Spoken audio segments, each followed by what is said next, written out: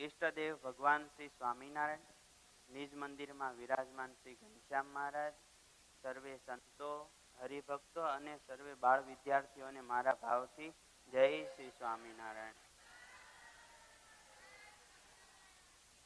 આજે રવિ સભા 9. આજની રવિ સભામાં આપણે જાણીશું કે ભગવાનની પ્રાર્થના કઈ રીતે કરવી અને ભગવાન પાસે શું માગવું. હવે ભગવાનની પ્રાર્થના કરવાનો અર્થ ભગવાન પાસે કંઈ માગવું નહીં, પણ ભગવાનની પ્રાર્થના કરવાનો અર્થ છે કે ભગવાને આપણને જે કંઈ પણ આપ્યું છે, આપણને આટલો સરસ મનુષ્ય દેહ આપ્યો છે, તેનો ઉપકાર માનવો તે છે. ભગવાનની પ્રાર્થના કરવાથી ભગવાનને આપણે થેન્ક યુ કહી રહ્યા છીએ.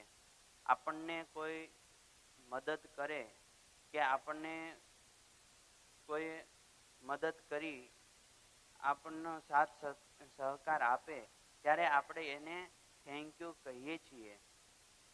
જ્યારે ભગવાને આપણને આ આટલો સરસ મનુષ્ય દેહ આપ્યો છે, તો આ મનુષ્ય દેહથી સારી રીતે ભગવાનનું ભજન થઈ શકે છે.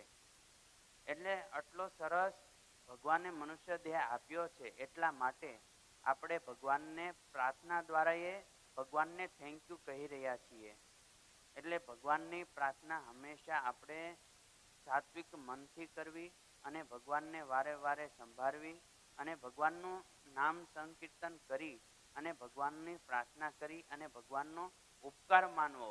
ઉપકાર એટલા માટે માનવો કે ભગવાને આપણને આટલો સરસ મનુષ્ય દેહ મળ્યો છે અને આ મનુષ્ય દેહમાં આપણને ભગવાન મળ્યા છે. કારણ કે આ મનુષ્ય દેહ એક જ એવો છે કે આ મનુષ્ય દેહ દ્વારા ભગવાન ભજી શકાય છે. બાકી વૃક્ષ, વેલી, પશુ, પંખી એ આદિક ઘણા 24 લાખ પ્રકારના જીવો છે. એમાં મનુષ્ય દેહ એક જ એવો છે કે આ મનુષ્ય દેહ દ્વારા ભગવાન પામી શકાય છે. એટલે આ મનુષ્ય દેહ એક જ એવો છે કે ભગવાનનું ભજન થઈ શકે, ભગવાન પામી શકાય.